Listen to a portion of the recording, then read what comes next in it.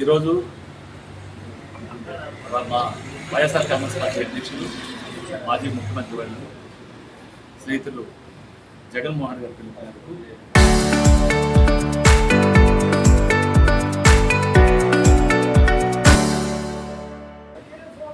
ఈ రాష్ట్రంలో పెరిగినటువంటి పెట్రోల్ డీజిల్ ధరల పెంపు విషయంలో మరి అన్ని ఆర్డీఓ ఆఫీసర్కి ఆర్డీఓల ద్వారా ప్రభుత్వానికి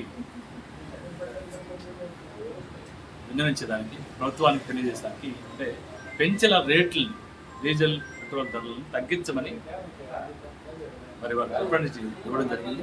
ఆ కార్యక్రమం భాగంగా ఆర్డీఓ కూడా ఇదంతా ఇప్పుడు ఈ రాష్ట్రంలో ఏదైతే పెట్రోల్ డీజిల్ ధరలు పెంచారో ఈ పెంచిన పెట్రోల్ డీజిల్ ధరల వల్ల రోజుకి 3,20,00,000 రూపాయలు మరి భారం పడేది. అదే పెట్రోల్లో వచ్చే అవసరంకి అదొక 6 కోట్ల రూపాయలు రోజుకి. నెలకు వచ్చేవరకే ఇది మరి 18 కోట్లు 180 కోట్లు పెట్రోల్లో 280 కోట్లు 90 కోట్లు పెట్రోల్లో, డీజిల్లో 180 కోట్లు, పెట్రోల్లో 90 కోట్ల రూపాయలు భారం. అంటే రమారమి మీద 3,300 కోట్ల రూపాయలు భారం సంవత్సరానికి ప్రజల మీద పడేటువంటి పరిస్థితి. దీని ద్వారా చిన్న చిన్న వ్యాపారస్తులు కావచ్చు, చిన్న చిన్న ఆటోలు నడుపుకున్నారు కావచ్చు, ట్యాక్సీలు నడుపుకుని కావచ్చు, ఇలాంటి సామాన్య ప్రజల మీద మోయలేని భారం. దీన్ని తగ్గించాల్సిన అవసరం తగ్గించవచ్చు చంద్రబాబు నాయుడు గారు. ఎందుకంటే లోకల్ ట్యాక్స్ ఏదైతే ఉందో దాన్ని తగ్గించుకుంటే మరి ఈ రేటు పెరిగిన రేటు పెరగనీయకుండా చేసే ఆస్కారం ఉంది. కాబట్టి ప్రజల పక్షాన జగన్మోహన్ రెడ్డి గారు ఈ రాష్ట్ర ముఖ్యమంత్రి గారికి తెలియజేయడం, మరి అది కూడా కారణం ఏంటంటే ఎన్నికలకు ముందు చంద్రబాబు నాయుడు గారు కావచ్చు, లోకేష్ గారు కావచ్చు, పవన్ కళ్యాణ్ గారు కావచ్చు, ముగ్గురు కూడా పెట్రోల్ బంక్ దగ్గరికి వెళ్ళేది, సెల్ఫీలు తీసుకునేది. మరి తమిళనాడులో రేట్ తక్కువ ఉంది, కర్ణాటకలో రేట్ తక్కువ ఉంది, తెలంగాణలో రేట్ తక్కువ ఉంది, ఆంధ్రాలోనే రేట్ ఎక్కువ ఉంది లోకల్ ట్యాక్స్ పెంచినందువల్ల. కాబట్టి మా ప్రభుత్వాన్ని తీసుకొస్తే, మమ్మల్ని అధికారంలో తీసుకొస్తే లోకల్ ట్యాక్స్ తీసేసి మేము ఆ రాష్ట్రాలకి మించి తగ్గించి ప్రజలకి ఇస్తామని మాట చెప్పడం. అయితే చంద్రబాబు నాయుడు ఏం చెప్పినా కూడా చేసే పరిస్థితి ఉంది. ఎందుకంటే ఎన్నికలకు ముందు జగన్మోహన్ రెడ్డి గారు చేస్తుంట సంక్షేమ కార్యక్రమం అన్నీ కూడా చేస్తాను, వాటితో పాటు ఇంకా గొప్పగా చేస్తానని చెప్పి ఆ జగన్మోహన్ రెడ్డి గారు చేసిన కార్యక్రమాన్ని కూడా చేయకుండా ఈరోజు అరకొరగా ఆంక్షలు పెట్టి ఎత్తేసిన విషయం తెలిసింది. దానిలాగే ఈరోజు పెట్రోల్ డీజిల్ విషయంలో కూడా తగ్గించే దేవుడెరుగు మరి ఈరోజు పెంచే కార్యక్రమాన్ని చంద్రబాబు నాయుడు పెట్టుకున్నారు. కాబట్టి మేము ఈరోజు అది నిరసన తెలియజేస్తూ ర్యాలీలో ఆర్టీఓ గారికి వెళ్ళి ఇవ్వడం జరిగింది. మేము చెప్తున్నాం, మీరు ఏదైతే ప్రజలకు ఇచ్చారో చేయండి. అది వదిలి ఈరోజు మళ్ళీ కొత్త పల్లె వెతుకున్నాడు. బిడ్డలు కనండి, 30,000 వేస్తాను, 40,000 వేస్తాను. మరి ఆయన మాత్రం ఆయనకి ఒక కొడుకే, ఆయన కొడుకు ఒక కొడుకే, రేపు ఆ కొడుకు కూడా ఒక కొడుకే ఉంటారు. ఆయన మాత్రం కనరు. రాష్ట్రంలో ప్రజలు మాత్రం 30,000 ఇస్తే సరిపోతుంటే 30,000 ఇచ్చేసి కనండి, మీరు 30,000 ఇస్తాను, 40,000 ఇస్తాను చెప్పడం అనేది ఆశ. ఏదైనా చెప్పే ముందు మనం ఆచరణ చేసి చెప్పాలి. అది వదిలేసి చేసే కార్యక్రమం. మళ్ళీ ఇంకోటి చెప్తున్నా, మీరు వెహికల్లో కార్లో పోవద్దు, మరి కారు కూలింగ్ చేసుకొని 10 మంది కలిసిపోండి, మరి సైకిల్లో ఒక్కండి, ఫ్యాన్లు వేసుకోవద్దు, ఏసీలు వేసుకోవద్దు అనే కార్యక్రమాలు. అంటే పొదుపు కూడా వేరే వాళ్ళు చెప్పడమే.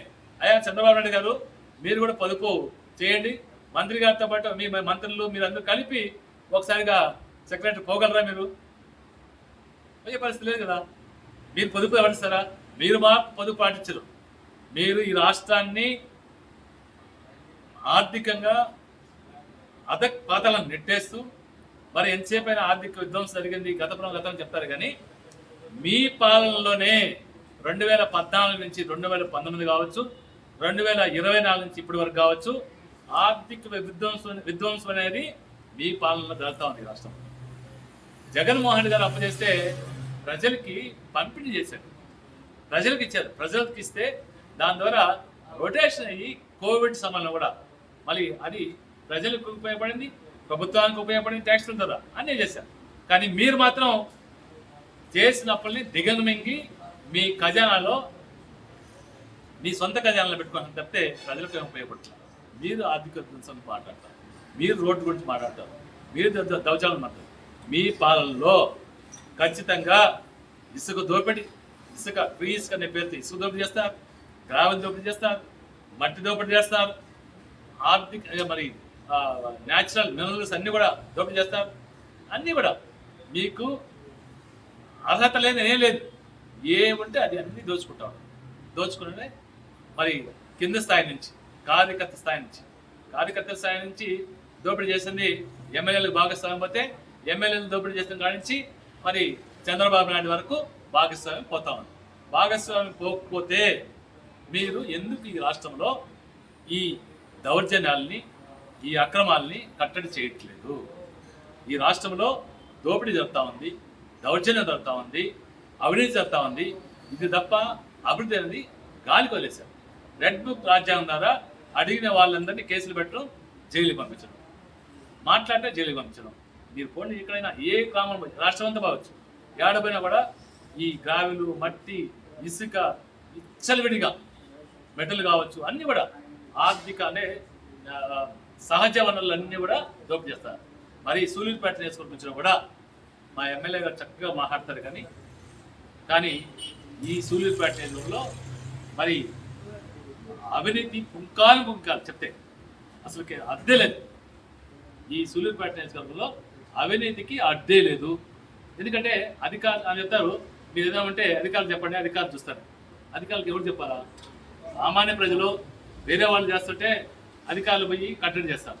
కానీ ఈ సూలూరుపేట నియోజకవర్గంలో ఇసుక దందా కావచ్చు, ఇసుక దోపిడీ కావచ్చు, గ్రావెల్ దోపిడీ కావచ్చు, మట్టి దోపిడీ కావచ్చు, రేషన్ బియ్యం దోపిడీ కూడా మీ కుటుంబ సభ్యులే చేస్తున్న క్రమంలో ఏ అధికారి వాళ్ళని కట్టడి చేయగలరు? ఏ అధికారి కట్టడి చేయలేదు. మీ పుణ్యం సూలూరుపేట నియోజకవర్గంలో రోడ్లన్నీ కూడా నాశనం అయిపోయింది. ఎందుకంటే రోడ్లు ఉంటే వాటికి డిజైన్ చేస్తారు. రోడ్ దాంట్లో 10 టన్నులు పోయే రోడ్లు ఉంటాయి, 20 టన్నులు పోయే రోడ్డు ఉంటుంది, 30 టన్నులు పోయే రోడ్డు ఉంటుంది, 50 టన్నులు పోయే రోడ్డు ఉంటుంది. అయితే 10 టన్నులు తిరగాల్సిన వెహికల్ తిరగాల్సిన రోడ్లో కూడా మీరు 40 టన్నులు 50 టన్నులు మట్టి, గ్రావెలు, ఇసుక ఎత్తుకొని పోయే క్రమంలో, ఈ దోపిడీ విచ్చలవిడి క్రమంలో ప్రజలకి ఇబ్బందిగా ఉంది. మరి రోడ్లు కూడా ఇబ్బంది పడింది. ఒకసారి నిన్న పోయా నేను పూలతోట అయిపోతే మొత్తం ముందరం అయిపోయింది.